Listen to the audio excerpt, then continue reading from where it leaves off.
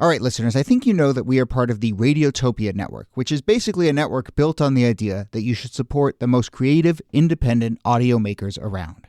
No one, and I mean no one, embodies the Radiotopia ethos more than Benjamin Walker and his show Theory of Everything.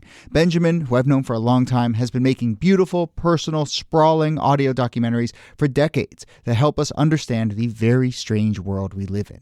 And now he has a new series called Not All Propaganda is Art. The new series goes back to the 1950s, when Western security agencies like the CIA paid artists, writers, and intellectuals to fight the cultural Cold War.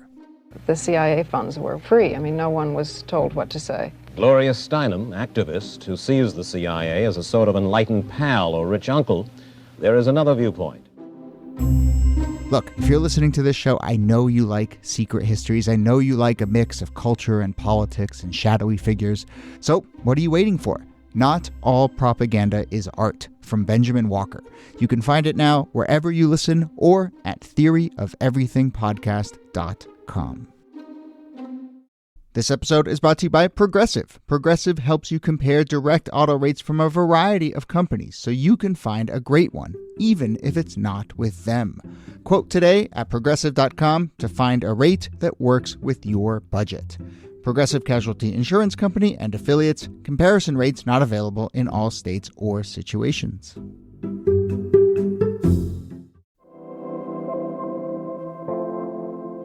Hello and welcome to This Day in Esoteric Political History from Radiotopia. My name is Jody Avergan. Now, this is the third episode in our week of conversations about Black History Month and this larger question that we're trying to explore about how Black history has been understood and changed and shifted and contested over the years. So today, February 17th, we're going to focus in on a series of debates that took place around this time in 1965. Debates between two of America's most notable public intellectuals, author James Baldwin and William F. Buckley, founder of the conservative National Review. Now, this date in specific was one of the key debates which took place on this day, 1965, the title of which was The American Dream is at the Expense of the American Negro.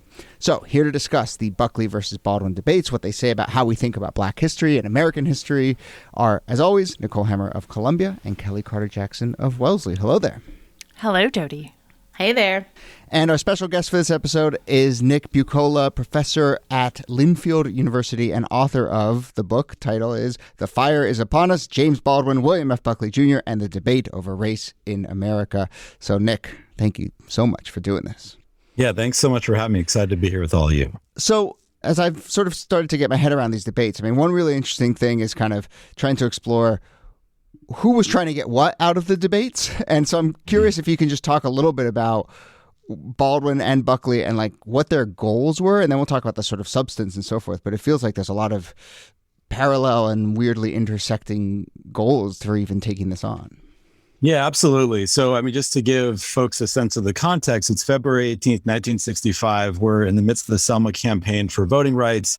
Baldwin is definitely the more famous of the two at that point. He's one of the most famous writers in the world. He's sort of the leading literary figure associated with the Civil Rights Revolution. I always like Malcolm X's description of Baldwin as the poet of the revolution. Mm-hmm. And so he is there. He's in the UK promoting the paperback release of his third novel, Another Country. And the stop at Cambridge is kind of part of a publicity tour. So that's kind of the origins of the debate, or as a result of that. And so Baldwin is really, primarily thinks of himself as an artist. And of course, he's an activist as well, but he's there, touring the UK to promote his work. And Buckley at that point isn't internationally famous yet. He would go on to international fame, but he is really, second only to Goldwater as kind of a face of American conservatism, a kind of founding father of American conservatism. So, I mean, Baldwin is there kind of in this role of, poet prophet of the revolution and really taking every opportunity he can to not only spread, the word about his art, but also about the revolution, about the cause. And so a lot of his folks around Baldwin don't want him to share the stage with Buckley, but he's determined to do so for reasons we can discuss. And Buckley sees a great opportunity. Buckley is never, he would never turn out a debate with anybody. And he has identified Baldwin in his writing as sort of one of the public enemies, number one. And And so Buckley sees a great opportunity for himself to share a platform with someone who's more famous than him to advance his conservative cause. But it's not like some of the dynamics you see now where it's like, debate me, bro, and it's like someone taking a shot at someone who's way above their grade. I mean, Baldwin engaged here, right? He was eager to take on Buckley. Yeah. So in the sort of backstory of how the debate happened was one of the mysteries I had to solve when I started this project, because it hadn't been written about. It's sort of the story of how they got there. And so because it happened, it was hosted by undergraduate students.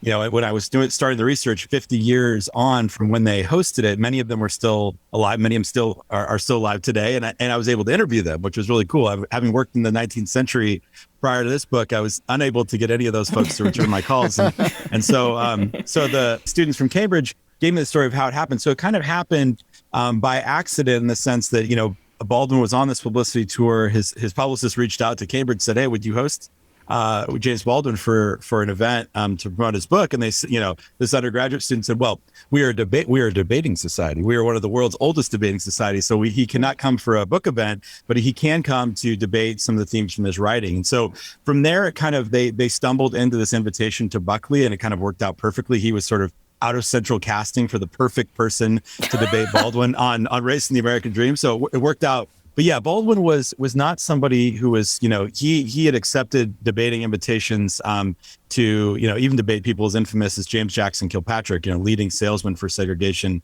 in the country. And so Baldwin was, like I said, his agents and his publicists were reluctant to have him engage in these conversations, but he was eager to do so. And absolutely, Buckley was, once he got the invitation, he had already set several shots across the bow toward Baldwin over the years in writing. And was absolutely eager to take him on in public on this international stage. It's also interesting to think about the evolution that Buckley had gone through to get to that moment. If I understand correctly, they had invited a number of hardcore segregationists to debate Baldwin, and the segregationists had said no. And Buckley himself was also a supporter of segregation. He opposed the Civil Rights Act.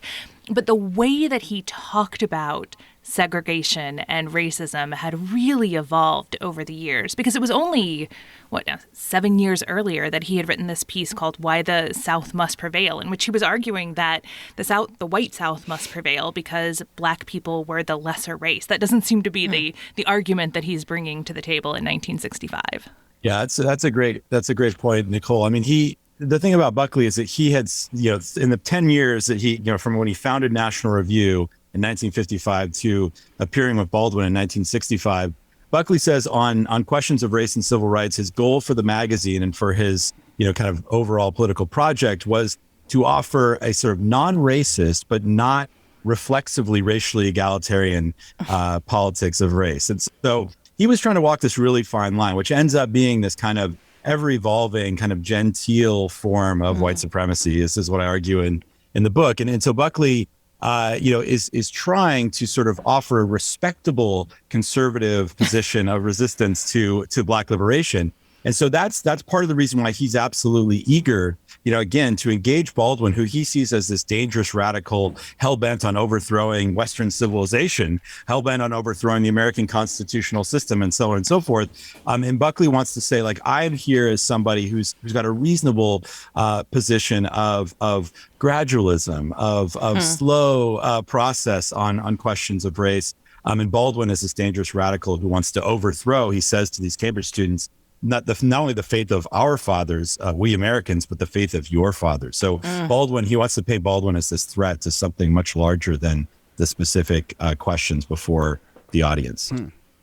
I love this debate because I feel like Baldwin just comes out guns blazing. Like, he holds no punches. He goes for like 24 minutes straight and then gets a standing ovation. Like, how do you, I would hate to be Buckley, but like, wait, he starts for 24 minutes and Buckley's just standing there on stage for 24 minutes? Amazing.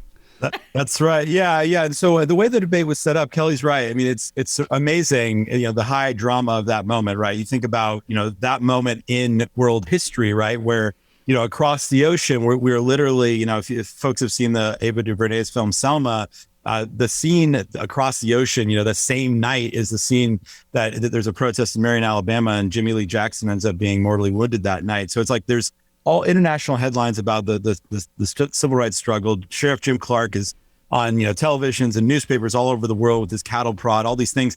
And then you have this moment with a packed Cambridge Union over seven, it's beyond capacity. There's, over 1,000 students in various rooms of the Union premises. There's, hundreds more lined up outside. The BBC is there, the Klieg lights, it's high drama. And then Baldwin, two students get up and deliver short speeches. And then the setup for the debate was each Baldwin and then Buckley got to speak. They had a kind of set piece. They did not engage back and forth. So it was kind of different. It wasn't a real debate in that sense. So as Kellie points out, Baldwin gets to go first of the guest speakers. and he gets up and he just says, and he announces, he says, I'm here as a kind of Jeremiah, signaling to the audience, like, I am here to deliver a sermon. This is Baldwin, the young minister who, he says, I left the church at 17, but never, remained forever a preacher. And he delivers a sermon about the perils of white supremacy, right? And he is going for 24 minutes. He has these little, one of the cool things in the Schomburg, in the Baldwin archive is, his hotel stationery where he took little notes that he brought he pulls out of his pocket, but he glances down at those once, right? Because as Kellie said, the Spirit, fills him and he goes. And he does. He does. And as Kellie and Buckley says later, I knew it wasn't going to be my night, So Buckley sensed that this was not going to be a debate he was going to win, but that actually ends up being important in terms of how he postures himself, vis-a-vis that audience in that setting.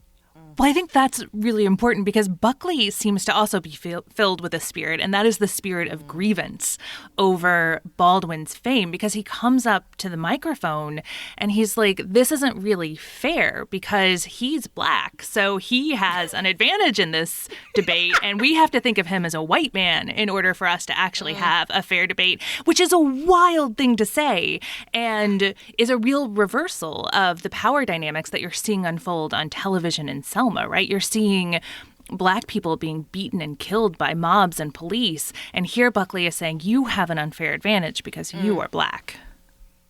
Yeah, I mean, Buckley, comes out with guns blazing in a very different way, as you point out. I mean, he decides that right at the beginning of his speech, he will come out with the opening that Nicole just described. He says, I'm going to treat Baldwin as if he were a white man. This is, the camera, one of the things that's great about the film, right, is the camera then goes to Baldwin's reaction shot. And Baldwin, Baldwin's already big, beautiful eyes get larger and larger as he hears Buckley uttering these words. And Buckley explains that what it means to treat Baldwin as a white man is a willingness to take his arguments seriously. So he's accusing the audience of not giving the standing ovation in response to Baldwin's arguments. He's accusing the audience of giving the standing ovation to affirm Baldwin's identity. And Buckley will use that argument for decades after the debate, explaining, he says, even though he loses the debate by, by a huge margin in terms of the vote, Buckley refuses to admit that he actually lost on the arguments. He believes he won on the arguments, but the audience basically just affirmed Baldwin's identity rather than taking his argument seriously. It is a debate about race and about identity. And so, maybe I'm too hung up on the premise, the question that they are the statement they are ostensibly debating is the American dream is at the expense of the American Negro. So for Buckley to sort of say, well, let's not make it about race, is interesting. But, to what extent do you feel like each of them engaged with that question, or was it really they were going to say what they were going to say regardless? Yeah, I've gone back and forth on that a lot over the years and thinking about it.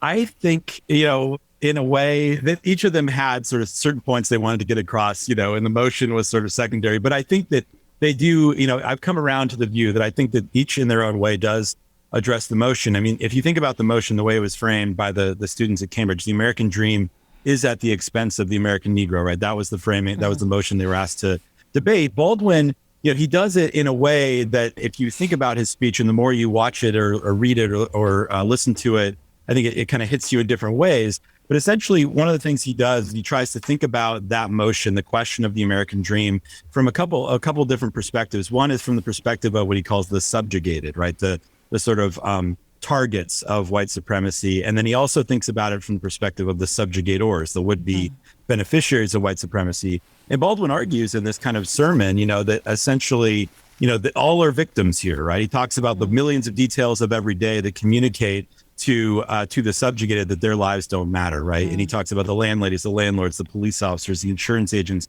all these ways in which there's all the human faces that are telling you that your life does not matter quite as much. And he says these kind of cruel structures of power that also sort of dictate limits to your freedom and your opportunity. And so he talks about that, and he also talks about the subjugator as people. He even mentions Jim Clark, right, who again is internationally infamous for committing acts of violence in front of cameras, in Alabama. And Baldwin says when you see Jim Clark brandishing his cattle prod, what's happening to his victim is ghastly, but in some ways what's happening to Clark is much, much worse, which is a very provocative thing to say. And I think Baldwin meant it. He said that, Clark, everything that Clark believes about his value in the world, his identity in the world is attached to this delusion of white supremacy. And Baldwin, how pathetic is that? So I think Baldwin essentially wants to say that this is all related to the American dream. The American dream is being denied to Jim Clark. There might not be any hope in saving Jim Clark, but maybe we can save his children. And Baldwin says one of the most powerful moments, I think, in terms of speaking to the motion in the debate is he talks about the millions of details of every day, the gaps between, the promises of American ideals and the reality of lives for folks at the margins. And then he talks about the next generation. He says, can a parent in Harlem really feel that much confidence in saying to their kid that their life is going to be better, right? And Baldwin, that's the part of the mythology of the American dream is even if my life is not everything it should be, I can have hope that my kids' lives will be better. And Baldwin wants to sort of cast some doubt on whether or not that's true for folks at the margin. This is just so profound to me because everything Baldwin is saying could be said today, could be said tomorrow. It is so, there's so much resonance with it, especially when you think of the entire platform of Black Lives Matter and how that, plays out as just a simple, Black people's lives should matter. And essentially Baldwin is just, dissecting all of this for Black and white people.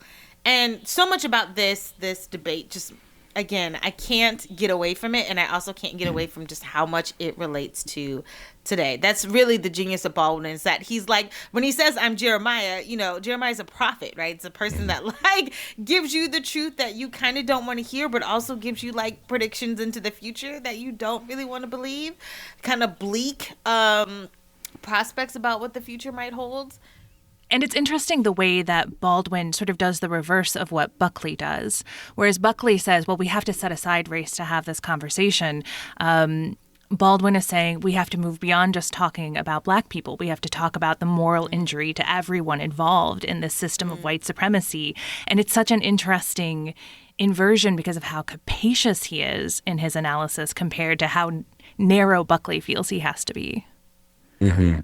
Yeah, absolutely. I mean, and I think that, to Kellie's point, I mean, it's what's haunting about this, right, is you could, you listen to the debate. Now we're about to mark, 57 years, since the debate happened. And a lot of what Baldwin is talking about, again, is just as relevant today, which is one of the things that's so haunting. And on the Buckley side, to get back to, connect Kellie and Jody's question, actually, all of your questions, the last three questions, is that Buckley, speaks to the motion in his own way, in part by drawing on a kind of rhetoric that, again, we could turn on cable news tonight, right now, and we would hear almost the same script, right? So Buckley gets up there and he basically says, don't throw the baby out with the bathwater, right? The American dream is something worth saving, and Baldwin is a threat to it. I'm not a threat to it. Baldwin is a threat to it. And the way Buckley makes that case is he talks about, the sort of race problem, quote unquote, being the result of an unfortunate conjunction of two things.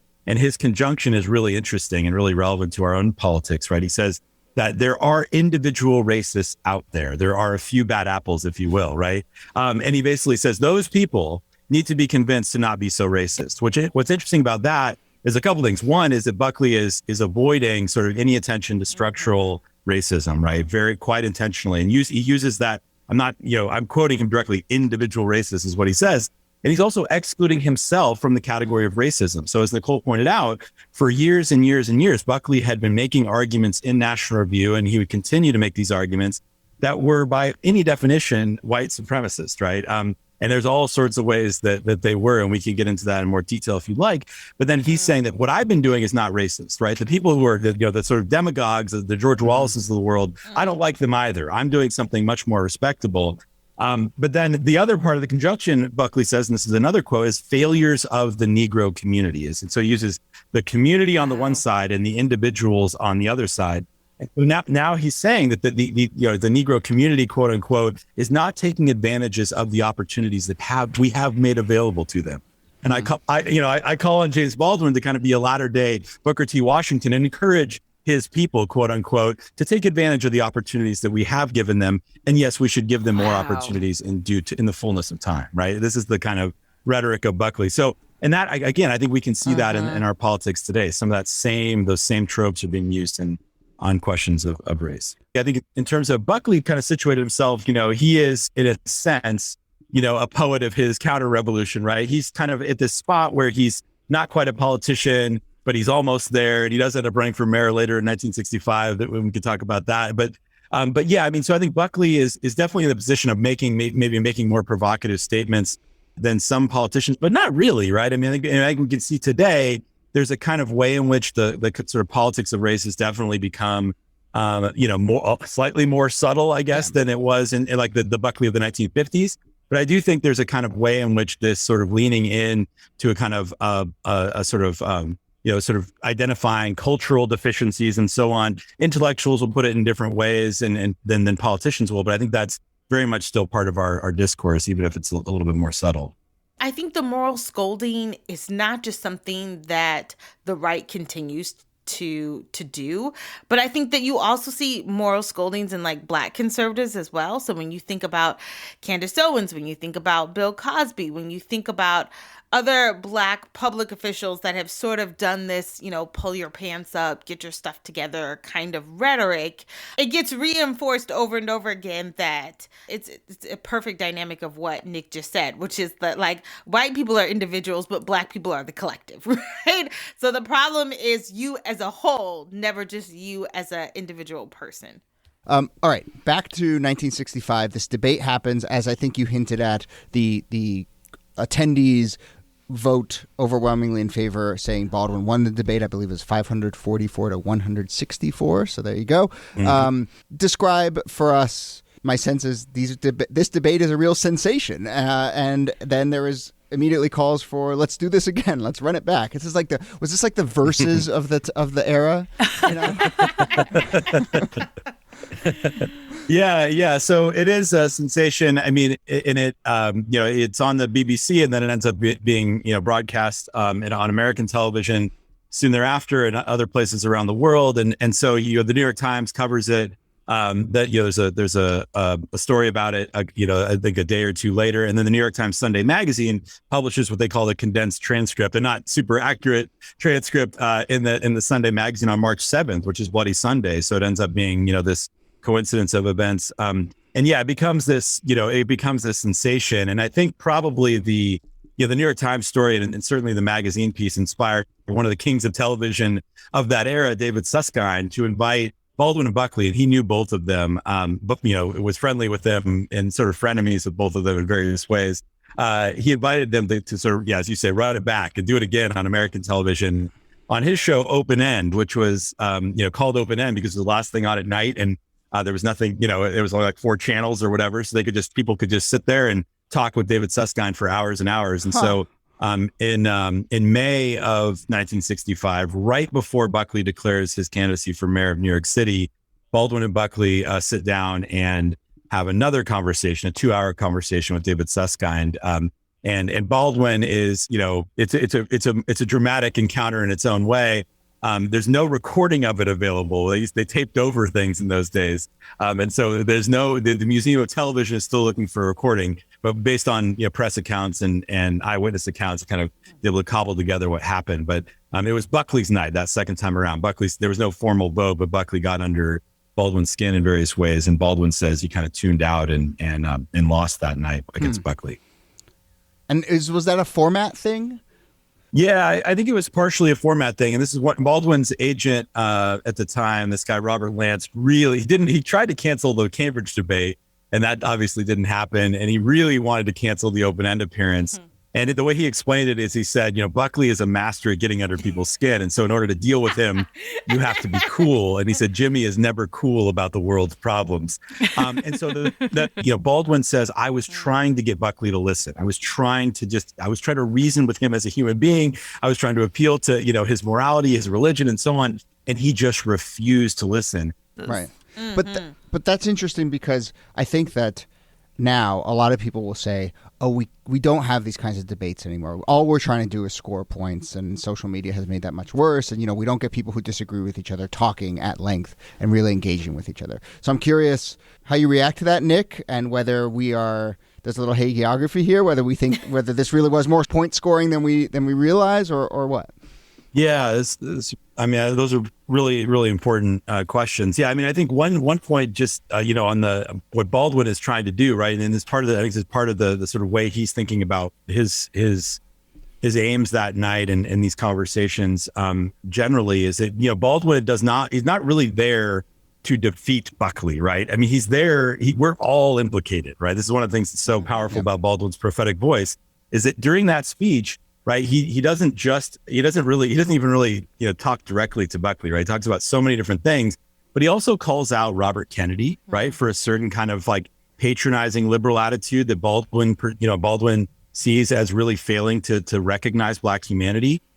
He also calls, he even says when he said that part about what concerns me most, he says, it's not just that I'm saying folks are going to be unable to hear Buckley, right? Or people like Buckley or people like Robert Kennedy. Baldwin says, there's going to be a point when folks are unwilling to listen to me, James Baldwin, and he mentions Martin Luther King. He says there's a kind of point at which there's such a breakdown that sort of, again, the very authority of discourse, we lose that. But yeah, I think that there is a kind of sense in which the debate is sometimes, romanticized a little bit. To go to Jody's question, where we sort of, people see it and they go, oh my gosh, I can't imagine that level of discourse today. And I think there's a kind of sense in which that's true. There's something about the way Baldwin and Buckley present themselves in that setting that it's difficult to imagine being replicated today. But I think there's a way in which, this is not something where these two guys were they really didn't like each other, for one thing. That was very evident. But I do think there's something about this question, at the core of this question, that does matter a lot, right? Is there a way, and Baldwin himself kind of undergoes this, I think, a transformation in the years after the debate on this question. He's recognizing he's been trying. He's trying blood, sweat, and tears to get people to listen, right? To listen to this message and to take responsibility for their history.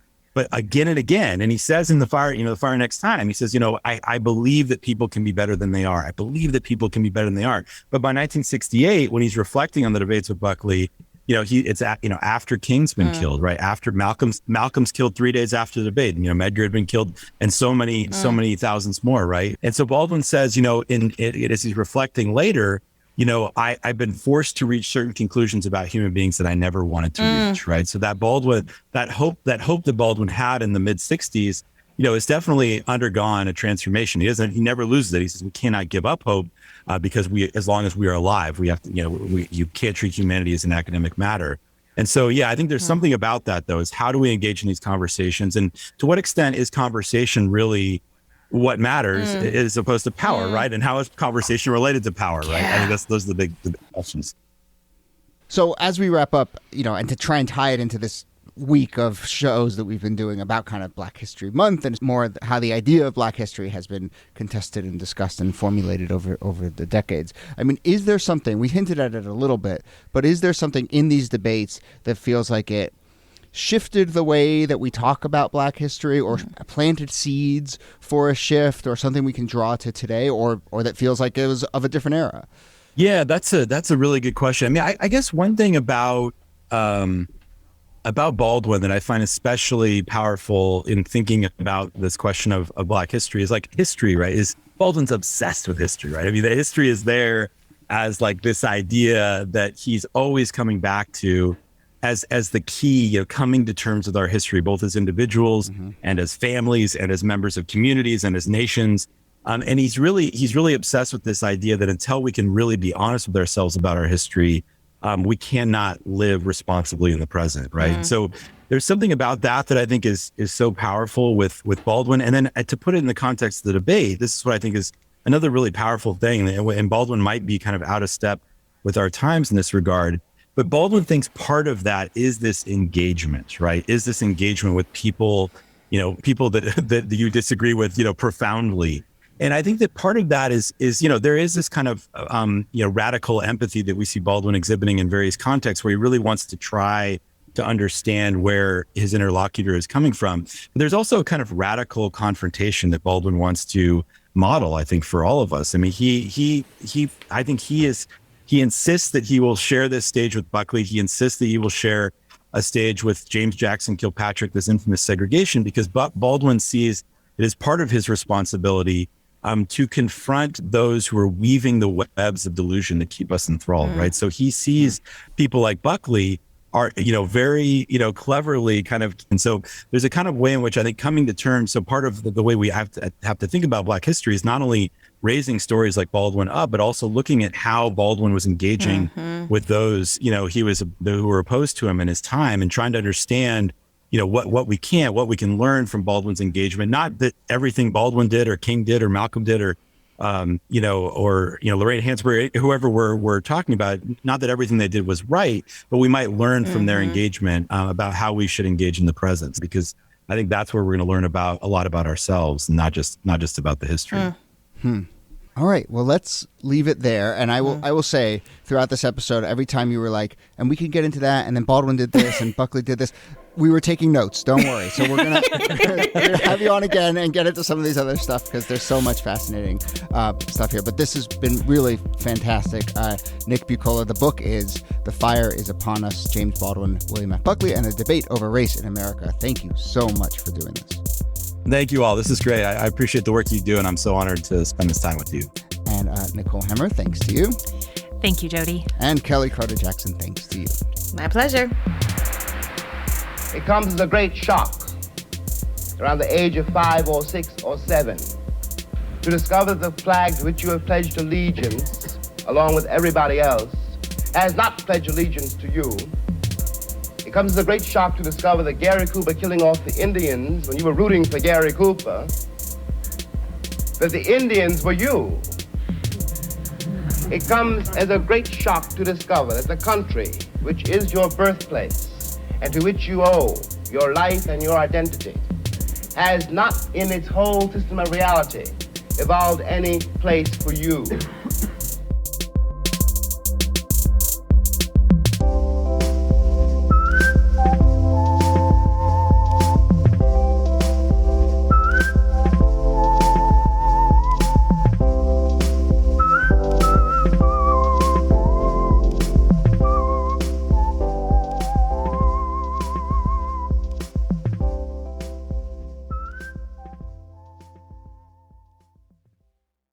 Support for This Day in Esoteric Political History comes from Odoo.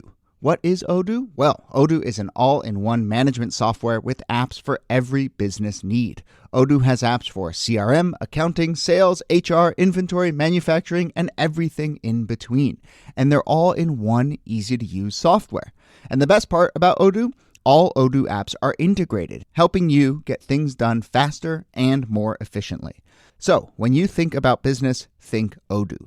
To learn more, visit odoo.com/thisday. That's ODOO.com/thisday. Radiotopia.